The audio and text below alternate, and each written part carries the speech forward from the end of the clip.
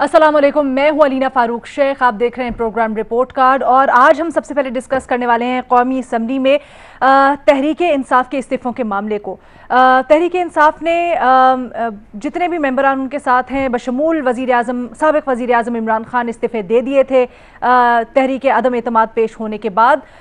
लेकिन उनका स्टेटस अभी तक क्या है वो कुछ पता नहीं है। उनमें से कुछ कबूल हुए हैं, नहीं हुए हैं, क्या हो रहा है उससे मुतल्लिक बिल्कुल कोई इन्फॉर्मेशन नहीं आ रही है। लेकिन आज अयाज सादिक साहब मुस्लिम लीग नून के रहनुमा उन्होंने बात करते हुए एक बड़ी इम्पॉर्टेंट बात की और उनका ख्याल ये है कि जो पाकिस्तान तहरीक इंसाफ ने इस्तीफ़े देने की बात की है ये दरअसल एक इनका शोशा है और इनने हवा में तीर चलाया है। ऐसी बात कोई नहीं है, ये इरादा नहीं रखते हैं इस्तीफ़े देने का, क्योंकि वो कहते हैं कि एक प्रॉपर प्रोसीजर होता है जिसके तहत इस्तीफ़े दिए जाते हैं। उस प्रोसीजर को तो फॉलो ही नहीं किया गया और ख़ुद से हाथ से लिख के देने होते हैं। ये क्या कि सब ने एक जैसे लिख के तो पकड़ा दिए, कह रहे प्रॉपर प्रोसीजर भी फॉलो नहीं हुआ, इसलिए क्योंकि ये लोग इरादा ही नहीं रखते रिज़ाइन करने का, ये लोग ऐसे ही चलने देंगे और असम्बली में आएंगे नहीं बस।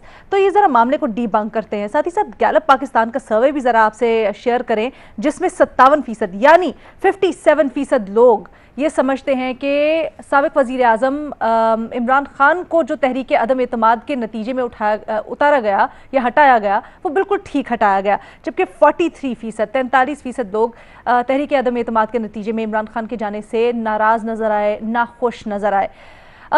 ये जो इस्तीफ़े देने का फ़ैसला है पाकिस्तान तहरीक इंसाफ का, ये दुरुस्त फ़ैसला था या फिर ये सही नहीं था? उनको चाहिए था कि वो बैठे असम्बली में और सियासत को कंटिन्यू करें। अपने एनालिस्ट से आज यही जानेंगे। हमारा बुनियादी सवाल अपने तज्ज़ियाकारों के लिए बिल्कुल यही कि क्या पाकिस्तान इंसाफ का जो इस्तीफ़े देने का फ़ैसला है वो दुरुस्त है, हाँ या नहीं के ऑप्शन है हमारे एनालिस्ट के पास। पैनल पर आज हमारा साथ दे रही हैं महमूद सरफराज साहबा, मज़हर अब्बास साहब, अतर काज़मी साहब और शहजाद इकबाल साहब भी हमारे साथ मौजूद हैं। अतर, सबसे पहले आपकी राय जानना चाहूंगी, क्या समझते हैं आप, क्या फैसला पाकिस्तान तहरीक इंसाफ का दुरुस्त था या उनको असेंबली में रहना चाहिए था और फेस करना चाहिए था पॉलिटिकल सिचुएशन को? देखिए, वैसे अमूमी तौर पे तो यही कहा जाता है कि आप सिस्टम के अंदर रहें और सिस्टम के अंदर ही अपनी स्ट्रगल करें।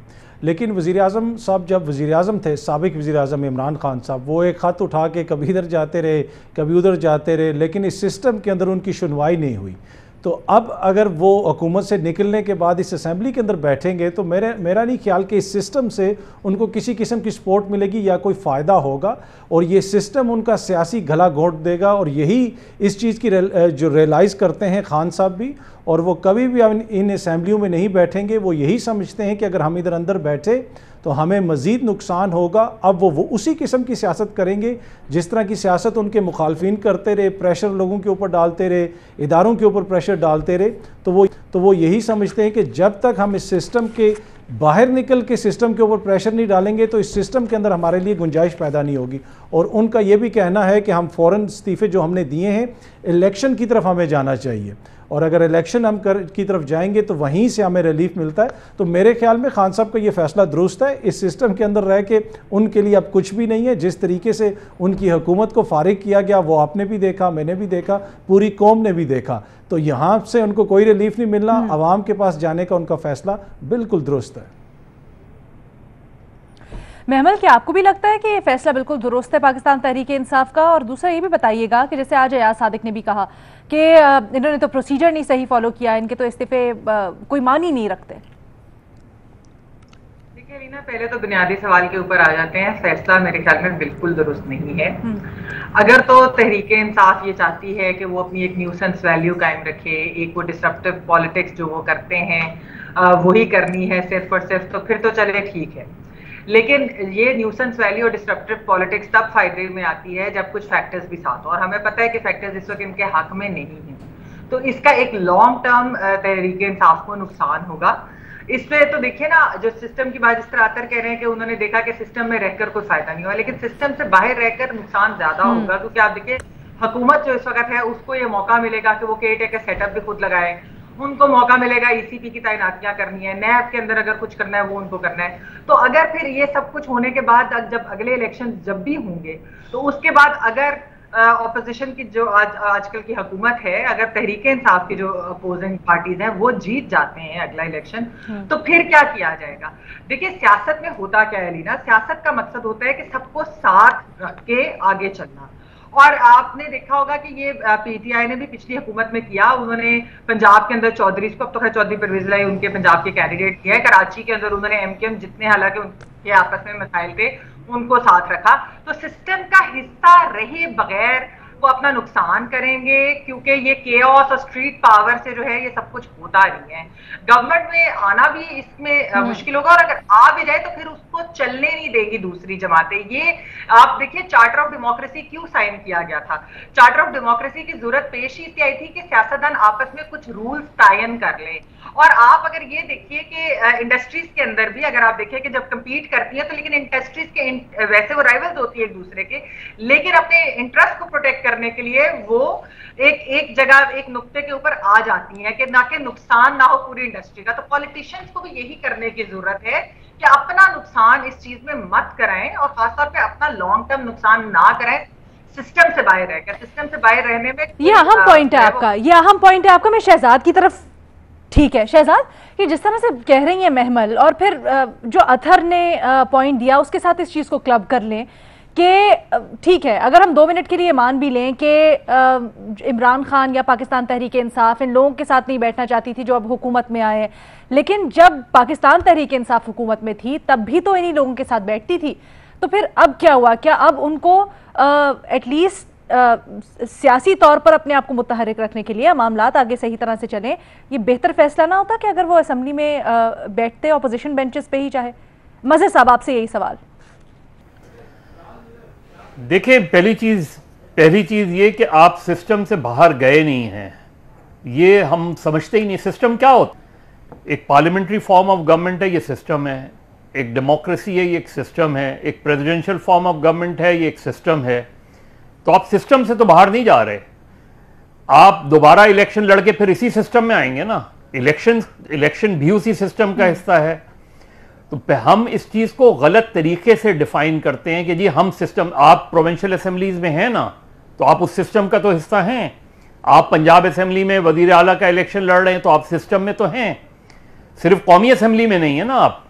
तो सिस्टम में या तो इन टोटो आप बाहर जाते हैं कि जी हम पार्लियामेंट्री फॉर्म ऑफ गवर्नमेंट को दुरुस्त समझते ही नहीं, हम प्रेसिडेंशियल फॉर्म ऑफ गवर्नमेंट की तरफ जा रहे हैं, ये एक सिस्टम से बाहर आना होता है। या हम एक इनकलाब की तरफ जा रहे हैं, वो एक सिस्टम से बाहर होना चाहिए।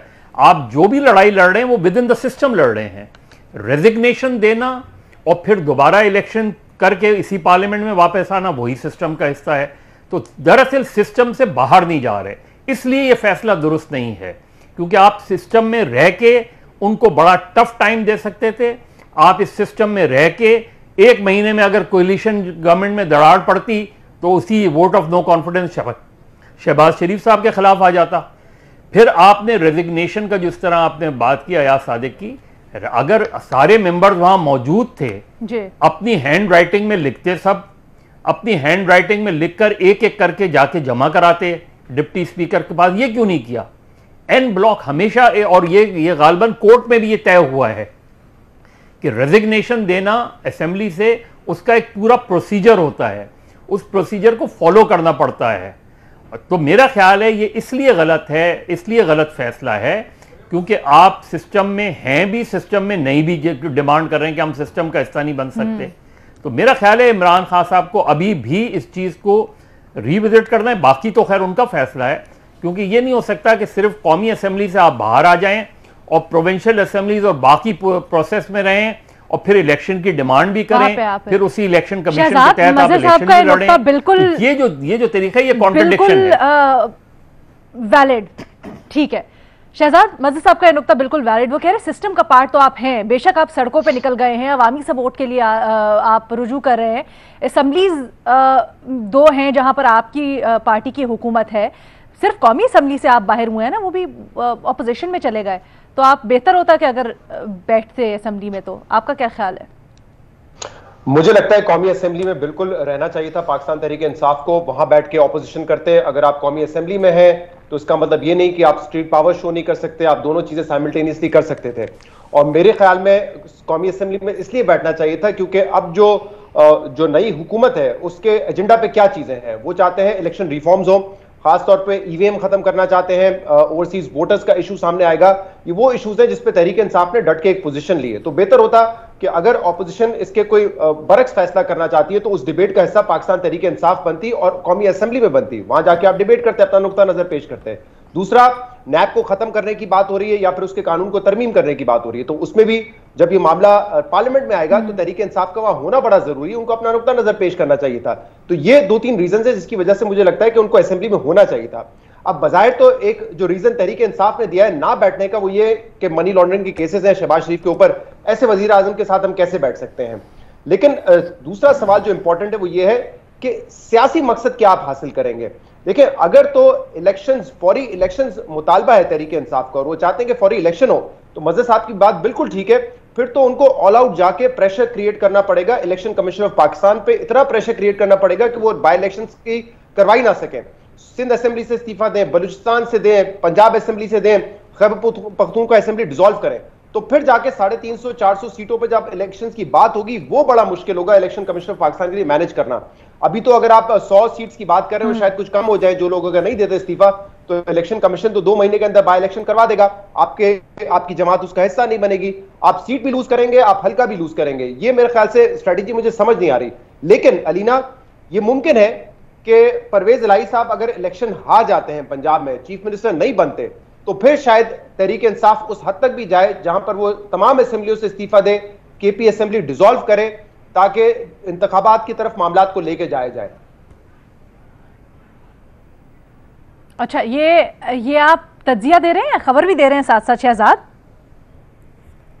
इसको आप फिलहाल तो मेरी असेसमेंट ही समझ लें, अभी तक कोई ऐसी खबर नहीं है, इस हवाले से कोई कार्ड उन्होंने शो नहीं किए, लेकिन मुझे लगता है फिर कोई जवाब नहीं रह जाएगा। लेकिन एक पॉसिबिलिटी है, अगर तहरीक इंसाफ चाहती है कि इलेक्शंस करवाना मकसद है, तो वो सिर्फ कौमी असेंबली में नहीं होगा। क्योंकि देखिए, अभी तहरीक इंसाफ इलेक्शंस इसलिए चाहती है ताकि लॉजिकली भी यही समझ आती है। लेकिन आपने ये बड़ा अहम सवाल उठाया कि सियासी मकसद उनकी हुकूमत क्या हासिल करेगी, सियासी तौर पर क्या हासिल करेगी ये जो मैस रेजिग्नेशन का अपना मूव है। इससे अथर ने ये अभी ऑप्शन लिया है आपके ज्वाइन करने से पहले शहजाद, कि बिल्कुल दुरुस्त फैसला है पाकिस्तान तहरीक इंसाफ का असेंबली से इस्तीफे देने का।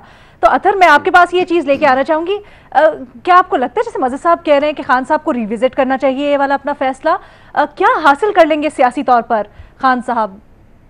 ऑपोजिशन में बैठते कुछ करते तो उससे तो बहुत ज्यादा, जैसे अभी बड़े अच्छे पॉइंट्स दिए शहजाद ने, हो सकता था लेजिस्लेशन से मुताल्लिक भी।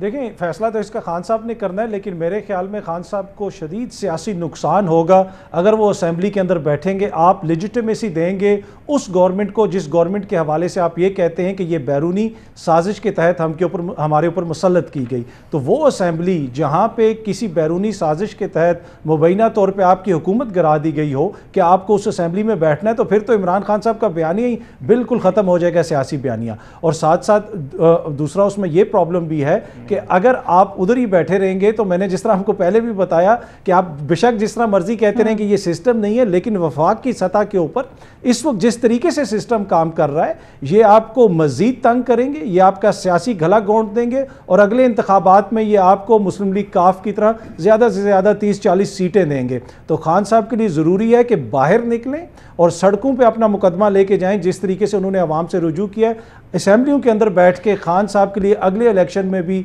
कोई किसी किस्म का कोई रिलीफ नहीं मिलना। तो मेरे ख्याल में बिल्कुल दुरुस्त तो जैसे अभी मज़हर साहब ने कहा कि आप ऑपोजिशन बेंचेस बैठ के भी आवाम में निकल सकते थे। बिल्कुल शहजाद, मेरे ख्याल एक एक करके अतर को सारे जवाब देते, तो कॉन्वर्सेशन की तरह लेके चलते हैं। जी शहजाद, अतर साहब ने जो सियासी बयानिया वाला तहरीक इंसाफ के नुक्ता नजर से अगर आप देखें तो वैलिड है। जिस असेंबली को, जिस हुकूमत को वो लेजिटिमेट नहीं समझते, तो उसमें क्यों बैठे। अगर तहरीक इंसाफ के नुक्ता नजर से देखे जाए तो उनके पॉइंट्स में कुछ वजन नजर आता है, मैं उससे टोटली एग्री नहीं करता हूं। लेकिन एक जो इसमें सियासी स्ट्रेटजी भी है तहरीक इंसाफ की, वो ये है कि अगर ये तमाम सूबाई असेंबलियों से इस्तीफा दे देते हैं, तो जो कौमी असेंबली के इलेक्शन होंगे पंजाब में और केपी में, केयर टेकर सेटअप होगा। वो नहीं चाहेंगे कि केयर टेकर सेटअप होते हुए वो इंतखाबात लड़े। फिलहाल केपी में उनकी हुकूमत है, वो डिसॉल्व नहीं करेंगे और अगर कौमी असेंबली में इंतखाबात होते हैं, जनरल इलेक्शंस की मैं बात कर रहा हूं, बाई इलेक्शंस की नहीं, तो फिर उनको वहां पे मौका मिलेगा इलेक्शन लड़ने का भी। तो फिलहाल ये भी एक वजह हो सकती है जिसकी वजह से उन्होंने भी इस्तीफा नहीं दिया है। लेकिन अगर मामलात ऐसे हुए कि इलेक्शन कमीशन पे दबाव नहीं पड़ेगा तो फिर मेरे ख्याल से उस रूट पे जाएंगे जहां पे तमाम असेंबली से वो मुस्ताफी हो जाएंगे। अलीना, एक चीज मैं कहना चाहूंगी कि देखिए, अगर आप पीटीआई के लोगों से पूछें, वो कुछ लोग तो ऑन द रिकॉर्ड भी ये बात कर चुके हैं, लेकिन अगर आप ऑफ द रिकॉर्ड उनसे बात करें तो वो कहते हैं कि बहुत सारे लोग, एक्चुअली मेजॉरिटी थी जो इस्तीफे देने के हक में नहीं थी, और वो इसी वजह से हक में नहीं थी क्योंकि वो चाहते थे कि वो सिस्टम में रहकर वो इस नई हुकूमत का मुकाबला कर सके। तो ये जो चीज है, देखिए, ये बहुत इंपॉर्टेंट है। वो भी उधर बहुत मंजे हुए सियासतदान हैं जिनको ये पता है कि जब सिस्टम से कोई लैदा होता है, सिस्टम से बाहर होता है, तो फिर उसका नुकसान होता है सियासी, और वो दूसरी पार्टी को ज्यादा उसका फायदा होता है। इसी वजह से हमने देखा है कि ये जो सारी पार्टीज, आप देखिए जॉइंट ऑपोजिशन भी, जो एक सेकंड तरह लीना, जो पीडीएम के अंदर भी हमने देखा था पहले क्या मसाइल आए थे पीपल्स पार्टी, लेकिन एंड पर वो एक चीज के ऊपर इकट्ठे हुए ना, तो इस वजह से ये सिस्टम से वो बाहर रहकर नहीं, वो सिस्टम के अंदर। अच्छा, मजीद साहब तो उसका बड़ी खूबसूरती से खुलासा कर रहे हैं ना, वो कह रहे हैं सिस्टम से तो आप किसी तरह से बाहर हो नहीं रहे हैं, तैयार नहीं है, आप इसी सिस्टम से इलेक्शंस मांग रहे हैं। अथर, देखिए एक जुमला में ऐड करना चाहता हूं, सिर्फ एक जुमला ऐड कर आ रही हूं, एक मिनट सर, जवाब लेके आ रही हूं सर। मैं एक जुमला ऐड कर लूं तो फिर आप जरूर बोलिएगा। अच्छा, इसमें सिर्फ ये है कि जब वो मुल्क के वजीर आजम थे, वो एक तहकीकाती कमीशन ना बनवा सके, किसी इदारे ने उनकी बात ना सुनी, और आखिरी दिन उन्होंने सवाल भी किया क्या कोई रह गया जो मेरे खिलाफ नहीं है। तो वजीर आजम होते हुए इतने बेबस थे तो असेंबली में बैठ के उनको क्या मिल जाना है। मेरे ख्याल में इस असेंबली के अंदर उनके लिए कुछ भी नहीं है, सड़कों पर निकलें सर। लेकिन ये बेबसी वाली तो चीज वो कोर्ट ऑर्डर के बाद हुई ना। अगर आप ऑपोजिशन में बैठते तो ऑपोजिशन बेंचेस बड़ी अच्छी बात कर रहे थे अभी Shahzad, at least caretaker setup में आपका हिस्सा होता है। जी मज़हर साहब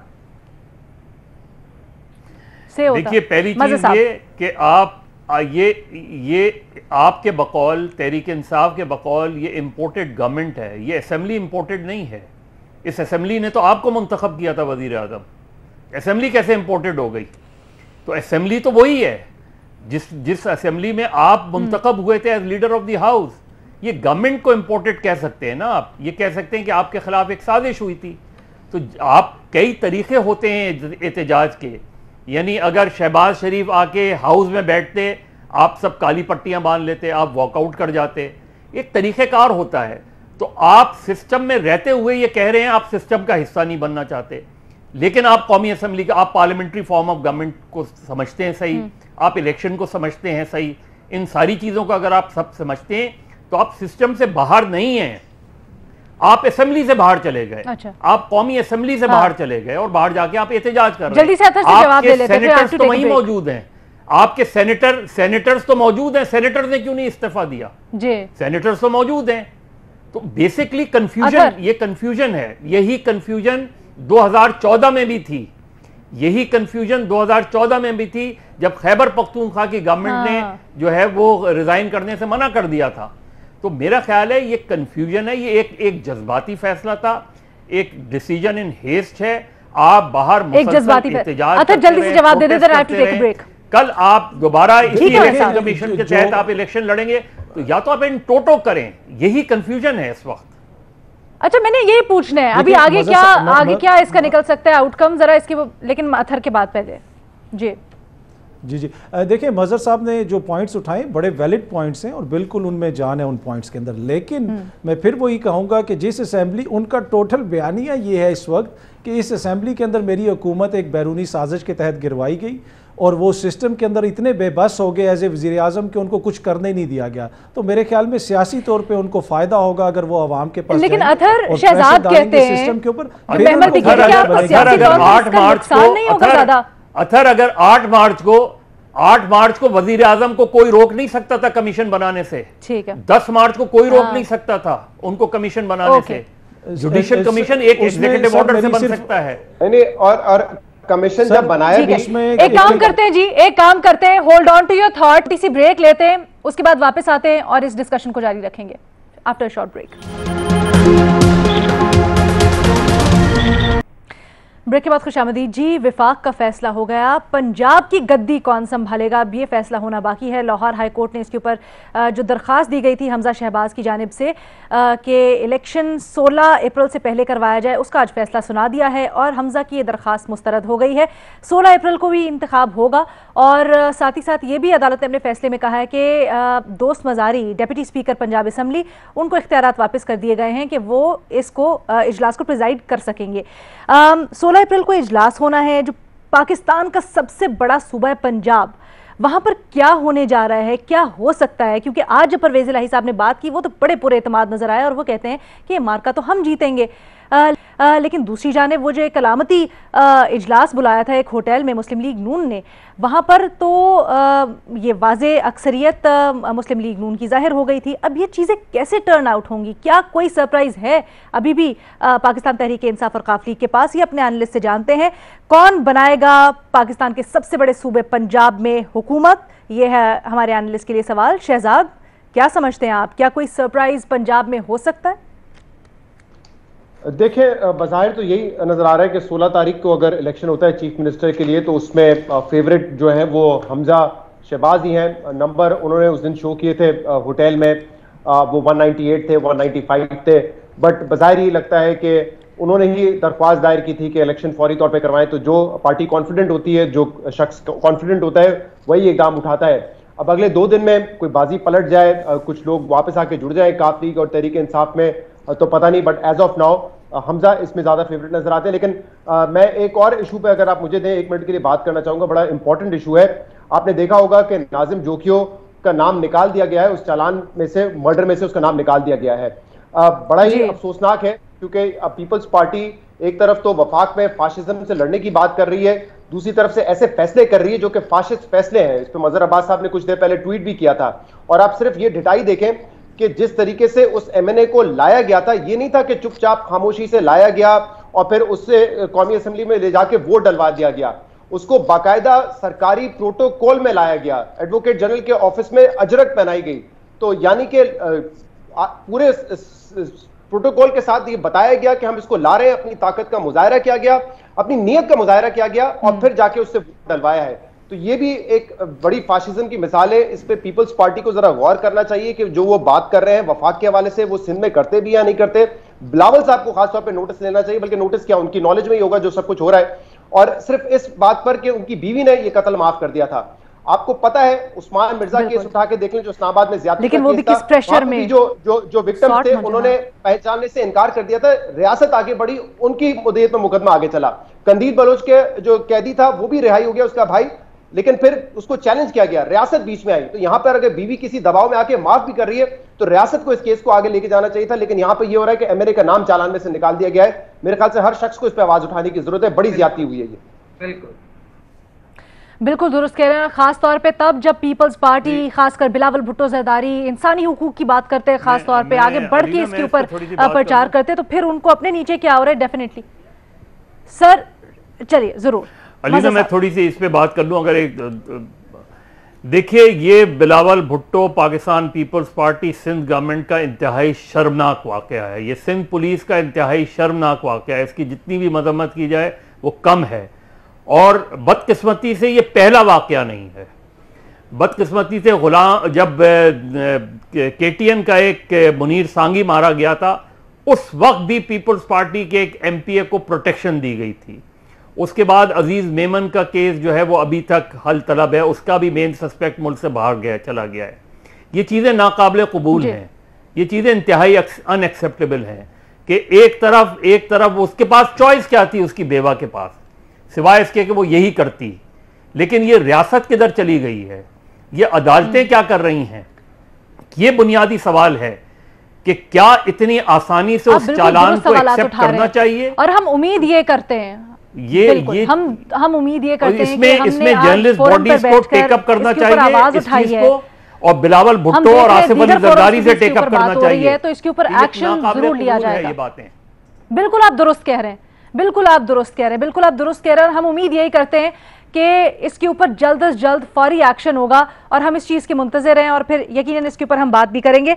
महमल, पंजाब की तरफ ज़रा वापस आते हैं और ये जिस तरह से हमने बात की कि ठीक है जो अलामती इजलास था उसमें पावर शो तो कर दिया हमजा ने, लेकिन बड़ी बातें हो रही हैं। आज अता तारा ने भी कहा कि जी कुछ पैसे चलने की बातें हो रही हैं, खरीदो फरोख्त की बातें हो रही हैं।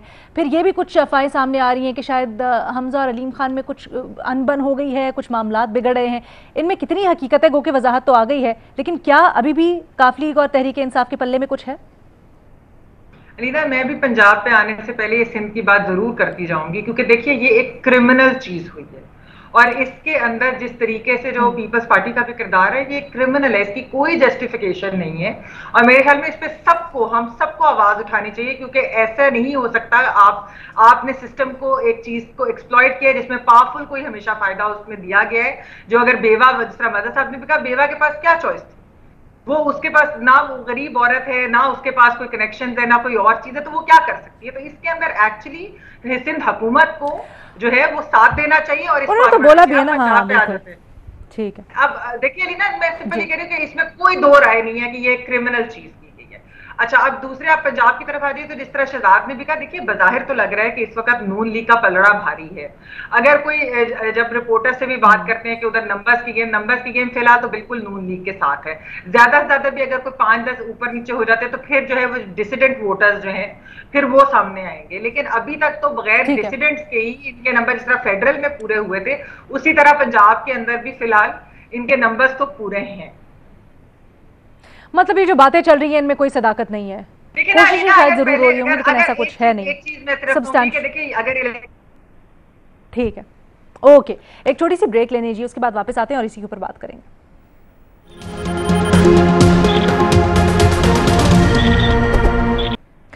वेलकम बैक जी। लाहौर हाई कोर्ट का आज फैसला आ गया है, 16 अप्रैल से पहले वज़ीर आला पंजाब का इंतखाब नहीं हो सकता। जिस तरह से हम ब्रेक से पहले बात कर रहे थे अतहर, आप क्या समझते हैं, क्या अभी भी कोई पॉकेट में कार्ड्स हैं काफ लीग के और पाकिस्तान तहरीक इंसाफ के, या फिर रिजल्ट बड़ा वाज़ेह है?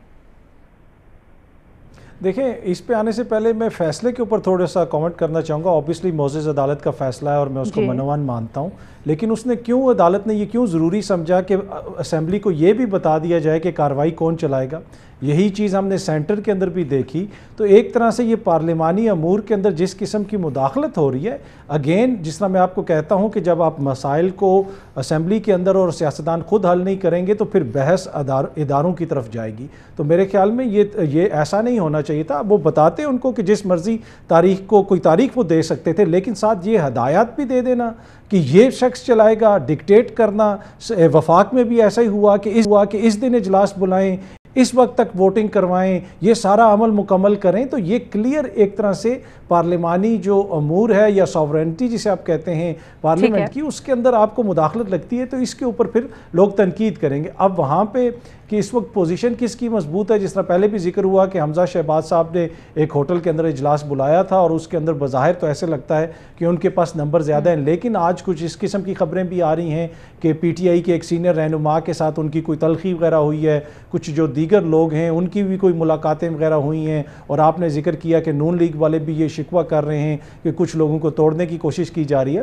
तो पता तो यही चलेगा 16 तारीख को कि कौन जीतता है। लेकिन आज के फैसले से ये लगता है कि अब जो परवेज इलाई का मुखालिफ कैंप है उसको क्लियर एडवांटेज दे दिया गया है। वो अपनी मर्जी के मुताबिक अब इजलास की कार्रवाई करवाएंगे और अपनी मर्जी का वो वज़ीर-ए-आला मुंतखब करने की। हमजा शहबाज की तो पिटीशन थी, लेकिन दोस्त मजारी की भी तो पिटीशन थी ना। मेरा तो ख्याल है कि ये जो कोर्ट ने उनके इख्तियारात वापस किए हैं, उनकी पिटीशन के नतीजे में किए हैं।